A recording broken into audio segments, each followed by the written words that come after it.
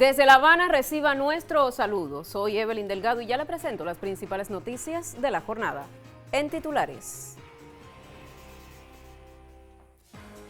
Presidente cubano Miguel Díaz-Canel Bermúdez recibió al primer ministro de Namibia, Ilia Gurare. En el encuentro, los dirigentes respaldaron los lazos que unen a ambas naciones.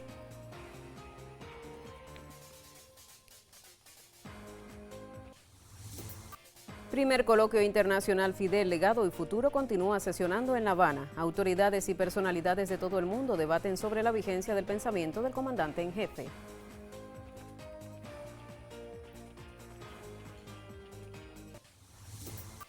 Feria Internacional del Libro de La Habana en su edición 34 fue inaugurada en la capital. Más de 1.300 novedades y 2 millones de títulos se pondrán en disposición del público. Iniciamos ya con las informaciones. El primer secretario del Comité Central del Partido y presidente de la República, Miguel Díaz-Canel Bermúdez, recibió en el Palacio de Convenciones al primer ministro de la República de Namibia, Ilia Gurare, a la delegación que le acompaña al primer coloquio internacional Fidel, Legado y Futuro, que sesiona en La Habana hasta el venidero 13 de agosto con motivo del centenario del líder histórico de la Revolución. Tenemos los detalles. Al dar la bienvenida al primer ministro namibio, Ilia Gurare, el presidente Miguel Díaz-Canel expresó su satisfacción por recibir a un hermano.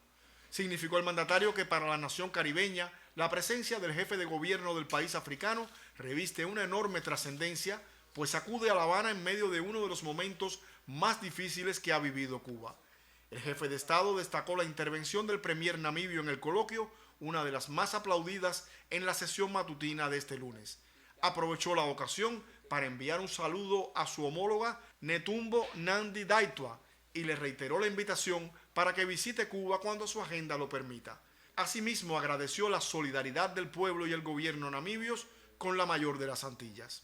Yo creo que Namibia ha sido uno de los países en África más activos en las constantes declaraciones que hacen en favor de Cuba y apoyándonos en la lucha contra el bloqueo.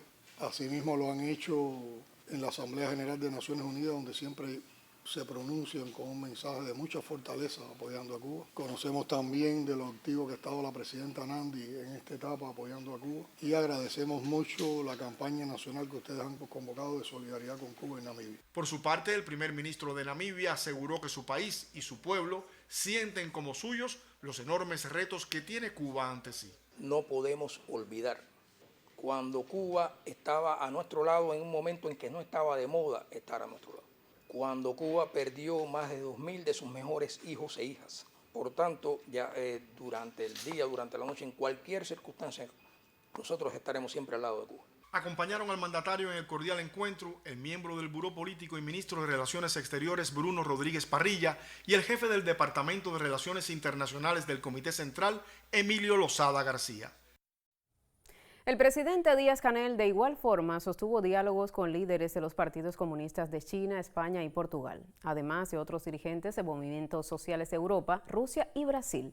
Tenemos un resumen.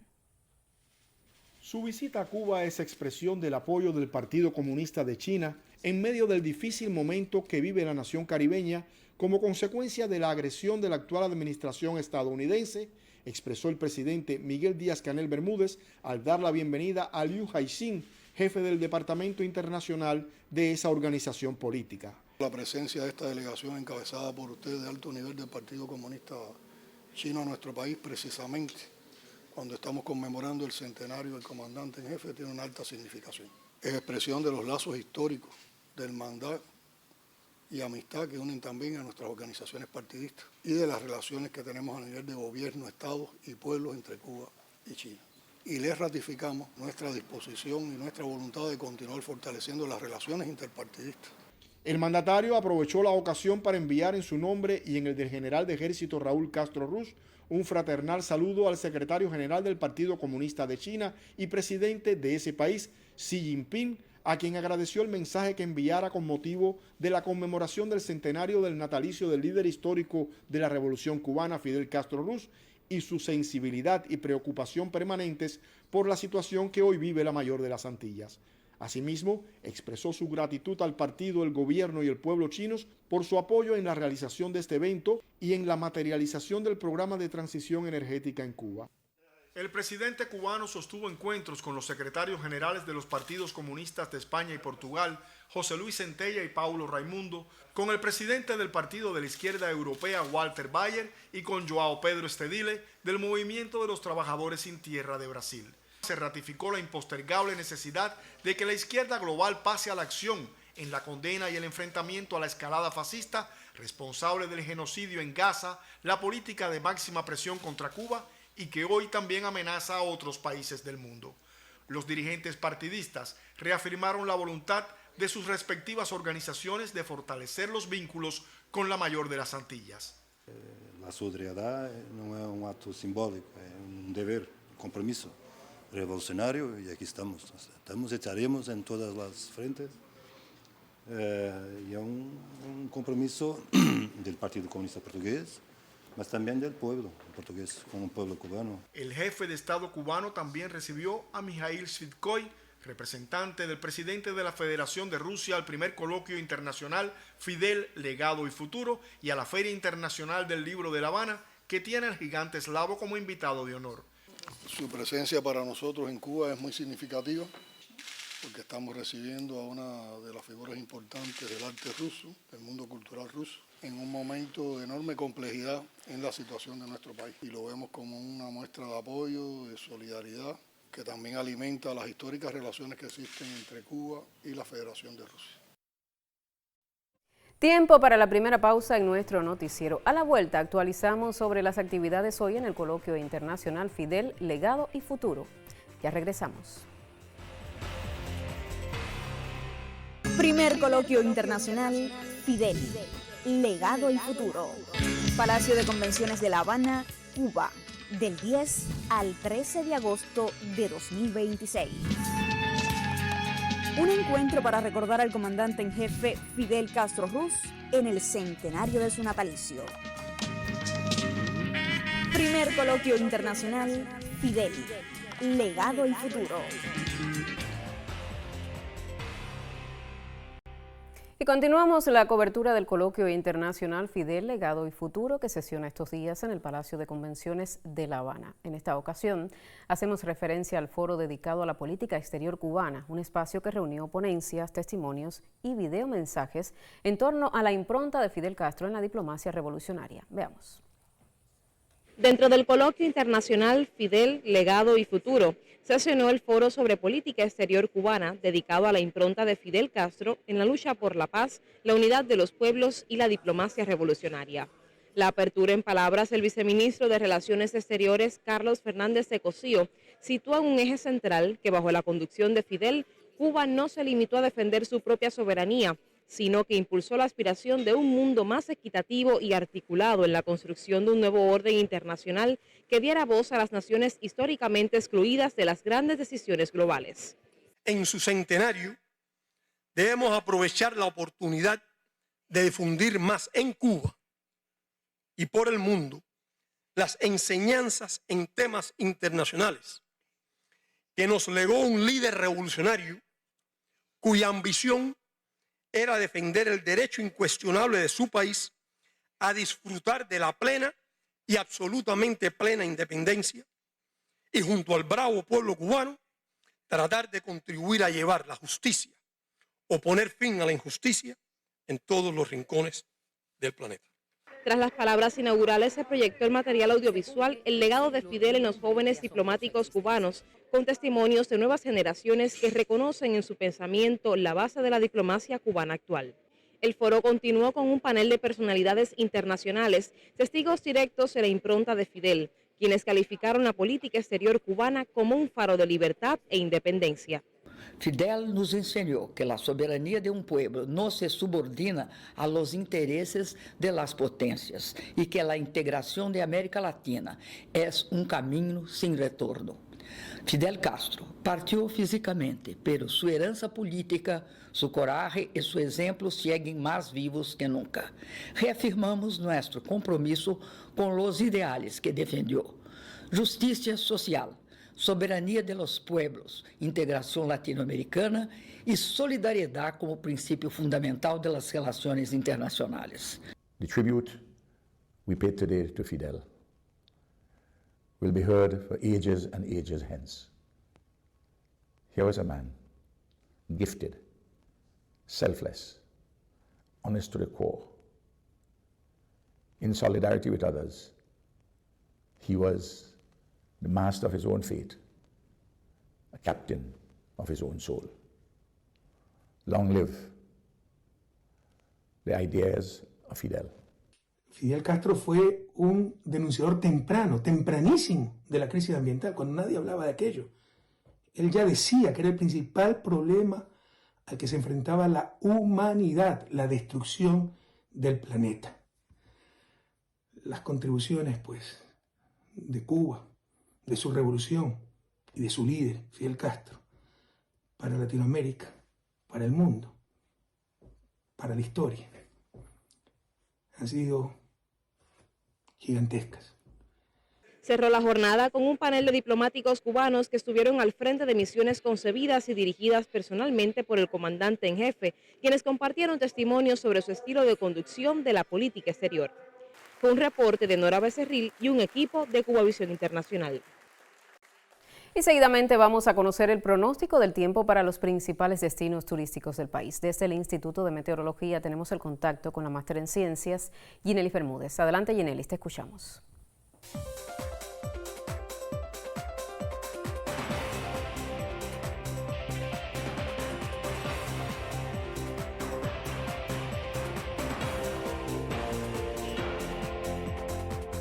Saludos, es un placer compartir con usted la información meteorológica. Las altas presiones refuerzan su influencia sobre el archipiélago cubano, imponiendo vientos del nordeste al este en gran parte del país. En la tarde ocurren solo aislados chubascos en localidades del interior y sur, incentivados por el fuerte calentamiento del día y los factores a escala local. Similares serán las condiciones del tiempo para las próximas horas. Estará amaneciendo con poca nubosidad en los destinos turísticos de la región occidental. En la tarde estará parcialmente nublado y solo se nublará en algunas localidades con muy aisladas lluvias. El día será cálido, las temperaturas máximas en la tarde entre 32 y 34 grados Celsius.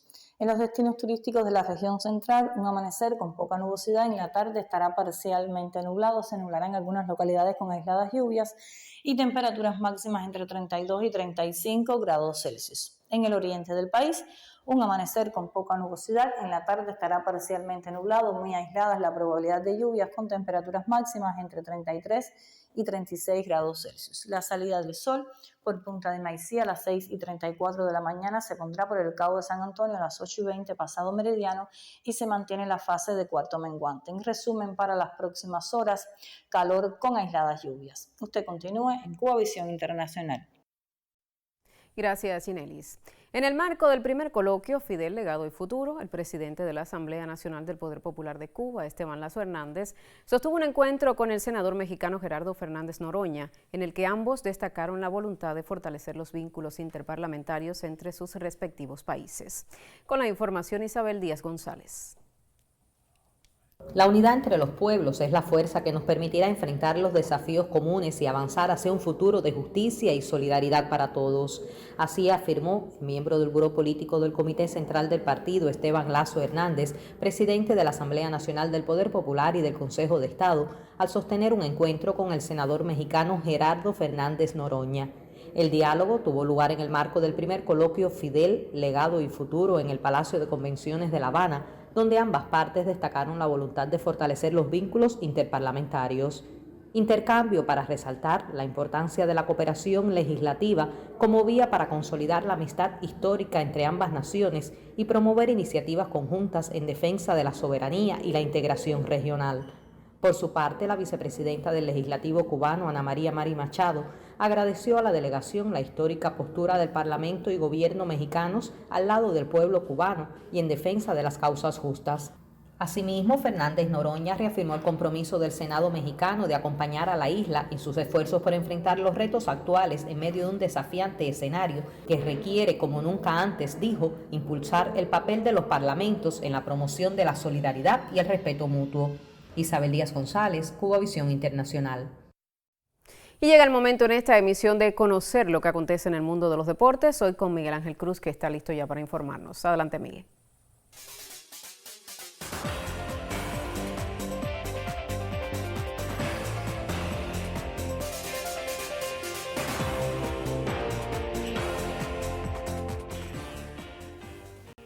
Saludos, ya comienza la información deportiva en Cuba Noticias. Todos los representantes de nuestra delegación a los Juegos Centroamericanos y del Caribe Santo Domingo 2026 ya se encuentran en la nación.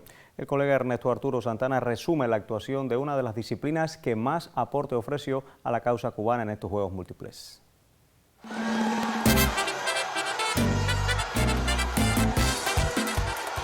Las luchas cubanas arrasaron en los Juegos Centroamericanos y del Caribe Santo Domingo 2026.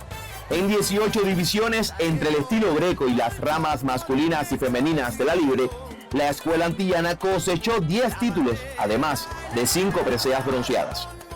Las medallas doradas del resto de países participantes sumadas quedan por debajo de lo logrado por la locomotora del deporte cubano, que volvió a demostrar superioridad en la región. La medallista olímpica Milaimi Marín agrandó su trayectoria con la única presea que le faltaba en su fructífera carrera. Laura Eri revalidó su título de San Salvador 2023. Yaineli Sáenz continuó con paso seguro hacia un memorable recorrido, mientras que Greg Lidencosme respondió a la confianza y ganó su primer oro en una cita múltiple absoluta. En la modalidad libre para hombres, Arturo Silot se asienta como uno de los presentes más prometedores del deporte cubano. Tras sus pasos, va el joven Giannis Garzón, quien apunta a superar la leyenda de su padre. La Greco sigue siendo reina. Kevin de Armas, Daniel Gregorich, Oscar Pino y Jonat Bellis. Este último, sustituto por emergencia médica del campeón olímpico Luis Alberto Horta, caminaron por senderos seguros hacia sus títulos. El estelar Gabriel Rosillo demostró vergüenza deportiva al asumir el bronce como una meta inapelable tras el descalabro en semis. ¿Cómo la lucha en un presente de escasez logra sostener al deporte cubano? ¿Qué se hace en los colchones del Cerro Pelado? Primero, existe una tradición de campeones, prácticas exitosas por años, que mantienen en el pensamiento colectivo los ejemplos de Mijaín López y Raúl Trujillo. Y segundo, un relevo seguro de atletas y entrenadores que asumen a pecho desnudo la gran responsabilidad heredada. Muchísimas gracias, Ernesto. Ahora vamos al deporte de la malla alta. El equipo masculino de Cuba derrotó en 3 sets a Curazao en su segunda presentación en el Grupo B de la 19ª Copa Panamericana de Voleibol en el Poliforum 2 de la Universidad Autónoma del Estado Mexicano de Morelos. En la primera fecha, los cubanos cayeron en tie-break ante República Dominicana. Los próximos partidos de Cuba serán ante Guatemala el miércoles y el elenco anfitrión este jueves. La meta de los criollos será colarse en la etapa semifinal. Para ello necesitan terminar primeros en su grupo o vencer en el pareo de cuartos de final. Punto final a la información deportiva. Evelyn, seguimos contigo.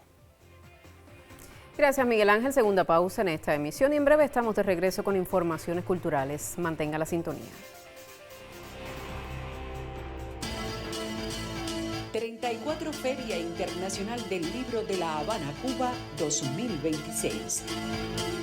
Del 10 al 16 de agosto en la Estación Cultural de Línea. Dedicada al centenario del natalicio del comandante en jefe Fidel Castro Ruz. País invitado de honor, Federación de Rusia. Escritores homenajeados, Marilyn Bobes y Josebel Lara. 34 Feria Internacional del Libro de La Habana, Cuba, 2026.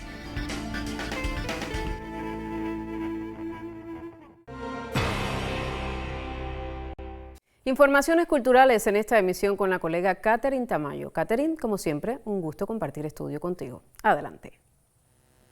Muchísimas gracias, Evelyn. Qué placer saludarles y compartir lo más relevante del acontecer cultural. Inició la fiesta literaria en esta capital. La 34ª Feria Internacional del Libro de La Habana quedó inaugurada en la Estación Cultural de Línea 18 con la presencia del presidente de Cuba, Miguel Díaz-Canel Bermúdez, y representantes de la Federación de Rusia, país invitado de honor de esta edición. La colega Nora Becerril estuvo allí y nos comparte los detalles. La Estación Cultural de Línea 18 en el habanero municipio de Plaza de la Revolución abrió sus puertas a la 34ª edición de la Feria Internacional del Libro de La Habana, una feria que llega con 2 dedicatorias mayores, el centenario del natalicio del líder histórico Fidel Castro Ruz y la presencia de la Federación de Rusia como país invitado de honor, en homenaje también a la poeta y editora cubana Marilyn Bobes y al profesor José Bill Lara. Con la premisa martiana Leer es crecer como hilo conductor de esta edición, Las palabras inaugurales estuvieron a cargo del excelentísimo señor Mijail Shvitskoy, representante especial del presidente de la Federación de Rusia para la Colaboración Cultural Internacional, y Juan Rodríguez Cabrera, presidente del Instituto Cubano del Libro, quienes remarcaron la solidaridad entre ambas naciones y la voluntad de sostener la feria pese al contexto de limitaciones que atraviesa el país, apostando por un espacio más céntrico y racional en el uso de las condiciones disponibles. Entre libros impresos y formatos digitales, La Habana vuelve a escribir su cita con la lectura. Un reporte de Nora Becerril para Cubavisión Internacional. Continuamos con más noticias de la fiesta literaria en Cuba, ya que se ha convertido en el escenario perfecto para las novedades editoriales. Este año el Centro Cultural Pablo de la Torriente Brau llega con un catálogo que no deja indiferente. Su sello de ediciones La Memoria presenta 2 títulos novedosos. Nuestra colega Cintia Batao Ruiz conversó con Virto Causas, su director, sobre estas novedades. Veamos.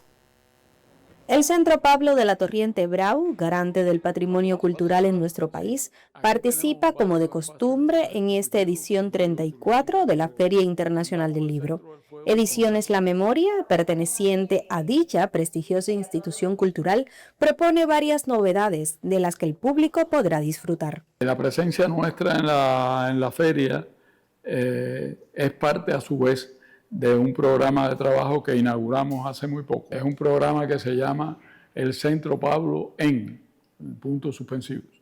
Y ahí colocamos las distintas maneras en que instituciones, gentes amigas, creadores, quieren participar en la labor creadora del Centro Pablo.